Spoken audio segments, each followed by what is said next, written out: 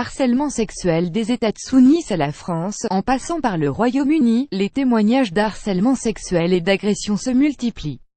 Ce mercredi 1er novembre, c'est le gouvernement britannique qui en a fait les frais, avec de la démission de son ministre de la Défense accusé d'harcèlement sexuel.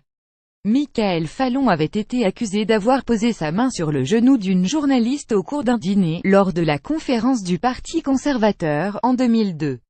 Michael Fallon a déclaré à la BBC que son comportement dans le passé n'avait peut-être pas été à la hauteur de ce que nous attendons de l'armée britannique et a donc préféré quitter son poste. Iris Sir Michael Fallon résignation letter pic.twitter.com Rearvide 23F Presse Association @pas 1er novembre 2017 De nombreuses allégations ont fait surface ces derniers jours, concernant notamment quelques-uns de mes agissements. Beaucoup de ces allégations sont fausses, mais j'accepte le fait que dans le passé je n'ai peut-être pas été à la hauteur des standards que nous attendons de l'armée britannique que j'ai l'honneur de représenter. J'ai réfléchi à ma position et donc je démissionne de mon poste de ministre de la Défense, a indiqué Michael Fallon dans un communiqué.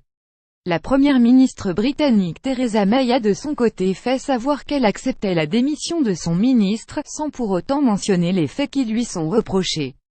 And this is the reply from the Prime Minister pic.twitter.com Hilda Sajidgou, Presse Association @pas 1er novembre 2017 Lire aussi 7000 femmes de l'art signent une lettre ouverte contre le harcèlement sexuel. Une journaliste porte plainte pour harcèlement sexuel contre un ex-cadre de France Télé. Les victimes d'Harvey Weinstein ont dressé la liste de ces victimes pour suivre les dernières actualités en direct sur le HuffPost. Cliquez ici tous les matins, recevez gratuitement la newsletter du HuffPost. Retrouvez-nous sur notre page Facebook. À voir également sur le HuffPost Plus et la vie harcèlement sexuel Harvey Weinstein International Royaume-Uni. Envoyez une correction.